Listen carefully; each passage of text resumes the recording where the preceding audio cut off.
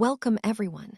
Today, we're diving into the fascinating world of gas exchange and diffusion in pulmonary physiology. On this first slide, we'll explore the fundamentals, including understanding hypoventilation, alveolar air composition, and the key factors that influence how oxygen and carbon dioxide diffuse in the lungs. Over the next few slides, we'll break down these concepts to deepen our understanding of respiratory function. I'm glad you're here and excited to get started. Today, we're going to look at how hypoventilation impacts alveolar ventilation and what that means for gas exchange in the lungs. When ventilation is reduced, less air reaches the alveoli, which means the composition of alveolar air actually changes. This is important because it affects how oxygen and carbon dioxide are exchanged. There's a key inverse relationship between oxygen and carbon dioxide in the alveoli. When ventilation decreases, carbon dioxide builds up in the alveolar air, leading to higher alveolar CO2 levels, or PaCO2. At the same time, because oxygen and CO2 partial pressures are inversely related, the partial pressure of oxygen in the alveoli, PaO2, drops. Understanding this relationship helps explain why hypoventilating patients often have lower oxygen levels, even when they're just breathing room air. It's not because they aren't breathing enough, but because the altered gas exchange dynamics lead to decreased oxygen availability. This is where the alveolar air equation becomes really useful. It allows us to calculate the alveolar oxygen partial pressure, PaO2, during hypoventilation. This calculation helps us understand and predict how well oxygen is being transferred, which is crucial for managing patients with respiratory issues. Let's take a closer look at how hypoventilation impacts gas exchange in pulmonary physiology. On this slide, we're illustrating the consequences of reduced ventilation, which leads to less oxygen reaching the alveoli and less carbon dioxide being expelled. This imbalance affects arterial blood gases, specifically lowering the oxygen levels, or PaO2, and increasing carbon dioxide, or PaCO2. When ventilation decreases, oxygen exchange becomes impaired because less fresh air enters the alveoli. This causes the PaO2 to drop, as seen in the case where the PaO2 is around 55 mmHg, which is quite low. At the same time, CO2 isn't being effectively removed, leading to elevated PaCO2 levels, here around 70 mmHg, much higher than normal. This buildup of CO2 causes the blood to become more acidic, with a pH dropping to 7.15. Such changes are significant because they can seriously affect bodily functions. In our clinical case, we see a 60-year-old woman who was found in a coma after taking sleeping pills. Her breathing was very shallow, demonstrating hypoventilation clearly. This example highlights how hypoventilation can lead to critical disturbances in blood gases, emphasizing the importance of proper ventilation for maintaining healthy oxygen and carbon dioxide levels. Let's take a closer look at what affects the rate of gas diffusion across the pulmonary membrane. First, when membranes are thicker, the diffusion rate decreases because gases face more resistance moving through a thicker barrier. Conversely, factors that increase diffusion include a larger surface area, which provides more space for gas exchange, and a higher diffusion coefficient, meaning the gas molecules themselves diffuse more easily. Another critical factor is the pressure gradient, the difference in partial pressures of the gas across the membrane. A greater pressure difference drives diffusion more effectively. Now, on the flip side, if the membrane becomes thinner, the diffusion rate increases, making gas exchange more efficient. To better understand these relationships, we use key variables in the diffusion formula: surface area A, diffusion coefficient D, and the partial pressure difference, P1 minus P2. The formula also accounts for membrane thickness, T. The mathematical expression for this is V gas equals A times D times the pressure gradient. Divided by T, this is known as Fick's law, and it quantifies exactly how fast gases diffuse across the alveolar capillary membrane. So, in summary, Fick's law helps us understand how various physical factors, like surface area, membrane thickness, and pressure differences, affect the rate of gas exchange, which is fundamental to pulmonary physiology. Let's delve into how gases diffuse in our lungs, guided by some fundamental physical laws. First, Graham's law tells us that the rate at which a gas diffuses is inversely proportional to the square root of its molecular weight. This means lighter gases, like oxygen, diffuse faster than heavier ones, such as carbon dioxide. In fact, oxygen diffuses about 1.17 times faster than carbon dioxide in the gas phase, which is quite significant when considering how efficiently gases exchange in the lungs.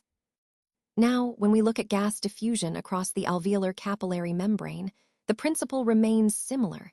Gases move from areas of higher partial pressure to lower partial pressure. So, oxygen moves from the alveoli into the blood, and carbon dioxide moves in the opposite direction, following their concentration gradients. Henry's law adds another layer to this process by explaining how gases dissolve in liquids, which is crucial since blood is mostly water. According to Henry's law, the amount of gas that dissolves depends on the partial pressure and the solubility of the gas. Interestingly, carbon dioxide is about 24 times more soluble in water than oxygen, which facilitates its rapid removal from tissues. By combining Graham's law and Henry's law, we can understand why oxygen and carbon dioxide behave differently during diffusion. Oxygen's faster diffusion rate and lower solubility contrast with carbon dioxide's slower diffusion but higher solubility, enabling efficient gas exchange in the lungs. These principles are fundamental to pulmonary physiology and help us grasp how our respiratory system maintains proper oxygenation and carbon dioxide removal. Now, let's look at how Graham's and Henry's laws combine to explain gas exchange in the lungs. When we do that, we find that CO2 diffuses about 20 times faster than O2 across the alveolar capillary membrane. This difference is quite significant and has important clinical implications. Specifically, if there's a defect in the alveolar capillary membrane, it will impair oxygen diffusion first, before it affects CO2 elimination. This leads us to understand why CO2 tends to diffuse faster than O2 in the lungs. The key reason is CO2's much higher solubility in the liquid phase of the blood, despite its heavier molecular weight. So, even though CO2 is heavier, its greater solubility allows it to diffuse more readily. In practice, this means that CO2 diffusion is rarely the limiting factor when we see gas exchange abnormalities. Instead, problems usually involve oxygen transfer, because CO2 is more capable of diffusing efficiently due to its physical properties. This concept ties back into the overall theme of pulmonary physiology. Understanding these laws helps us grasp how gases move and what might go wrong in disease states. Now, let's look at some of the key factors that influence how efficiently oxygen diffuses in the lungs. First, we have the diffusion path length. This refers to the distance oxygen has to travel to move from the alveoli into the blood. The shorter this distance, the more effective the diffusion process becomes because oxygen can reach the blood more quickly and easily. Next, we have the partial pressure gradient. This is essentially the difference in oxygen pressure between the alveoli and the blood. The larger this gradient, the greater the driving force for diffusion, which means oxygen moves more rapidly into the blood. Finally, let's consider membrane surface area. Think of it like the size of the gas exchange surface. More surface area means more space for oxygen to diffuse across, leading to a higher rate of gas exchange overall. All these factors are interconnected with the overall theme of pulmonary physiology, understanding how the lungs optimize oxygen transfer to meet the body's needs. Now, let's focus on layer 5, which is the capillary basement membrane. This is the fifth layer that gases must pass through during diffusion. It's a very thin yet essential barrier that helps regulate the exchange of gases between the alveoli and the blood. Next, we have the interstitial space, which acts as the fourth layer in this diffusion pathway. This space is the small gap between the alveolar epithelium and the capillary basement membrane, and it plays a critical role in facilitating gas movement. Moving on, the third layer is the epithelial basement membrane. This membrane supports the alveolar epithelium and contributes to maintaining the structural integrity of the alveoli, ensuring that gases can diffuse efficiently. The first barrier we encounter in this process is the surfactant layer, which forms the very first line of defense and is crucial for reducing surface tension within the alveoli. This helps keep the alveoli open and optimizes gas exchange. Now, understanding the diffusion path length is essential because it encompasses all these layers from the alveolar gas to the hemoglobin inside the red blood cells. The efficiency of gas exchange depends heavily on how long this path is and whether there are any abnormalities. The alveolar epithelium itself is the second layer in this pathway, acting as the immediate barrier that gases must cross before reaching the interstitial space and capillary basement membrane.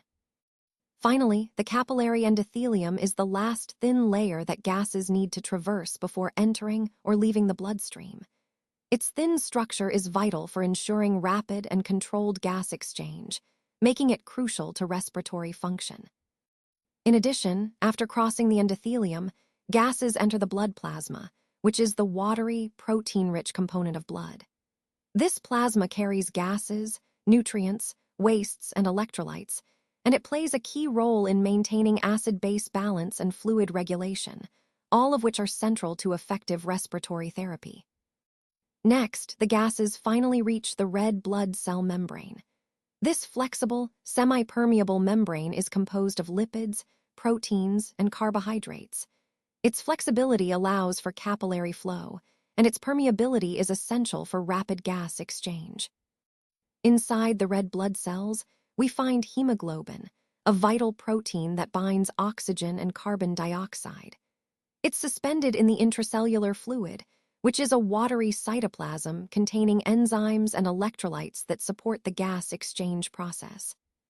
To sum up, each of these layers, from surfactant to hemoglobin, plays a specific and interconnected role in ensuring that oxygen and carbon dioxide efficiently diffuse across the alveolar capillary membrane, supporting overall respiratory function. Let's talk about the diffusion surface area, which is essentially the contact zone between the ventilated alveoli and the perfused capillaries. This area is crucial because it's where gas exchange actually happens. The larger the surface area, the more efficient the diffusion process. Now, when this surface area decreases, it directly impacts the lungs' diffusion capacity. In other words, less surface means less space for oxygen and carbon dioxide to pass through, which can compromise breathing efficiency. This leads us to how certain lung conditions affect this surface area. For example, in emphysema, the alveolar walls and capillaries are destroyed, significantly reducing the surface area available for gas exchange. This destruction impairs oxygen uptake and carbon dioxide removal. Similarly, in cases of pulmonary embolism, blood flow to the lungs is blocked due to a clot, which decreases the number of capillaries being perfused. Even if the alveoli are healthy, the lack of blood flow means less surface area is actually involved in gas exchange. Both of these conditions, emphysema and pulmonary embolism, limit the available surface for diffusion. As a result, oxygen diffusion is impaired, which can lead to decreased oxygen levels in the blood and overall compromised respiratory function. Understanding how surface area impacts gas exchange helps us see why maintaining lung health and addressing these conditions early are so important for optimal pulmonary function. During exercise, oxygen diffusion in the lungs actually increases. This happens because the cardiac output and blood pressure go up, pushing more blood through the pulmonary capillaries and enhancing the exchange process. One of the key mechanisms behind this is the recruitment of pulmonary capillaries. When we exercise, previously collapsed capillaries open up, which effectively expands the surface area available for oxygen to diffuse into the blood. This increase in surface area makes the lungs more efficient at oxygen transfer during physical activity. Additionally, exercise improves the lungs' diffusion capacity overall. In healthy individuals, this means the lungs can adapt quickly to meet the higher metabolic demands, delivering oxygen more effectively to the tissues. So, The recruitment of pulmonary capillaries and the expanded surface area both play crucial roles in enhancing oxygen exchange during exercise, ensuring our muscles and organs get the oxygen they need when we're active. Let's talk about the purpose of the DLCO test. This test, known as the single-breath carbon monoxide diffusion test, is designed to measure how well gases are transferred across the alveolar capillary membrane in the lungs. Essentially, it helps us understand the efficiency of gas exchange at the site where oxygen enters the blood and carbon dioxide leaves it. Now, a key point here is the role of carbon monoxide in this test. Carbon monoxide is used because it binds very strongly, avidly, to hemoglobin. This strong binding makes it ideal for assessing diffusion capacity because it allows us to measure how much gas can be transferred from the lungs into the blood during a single breath. Moving on to how we measure gas diffusion with the DLCO test. This is performed in pulmonary function labs and is a crucial part of evaluating lung health. It helps us determine how effectively the lungs are exchanging gases and can reveal diffusion impairments that might be present.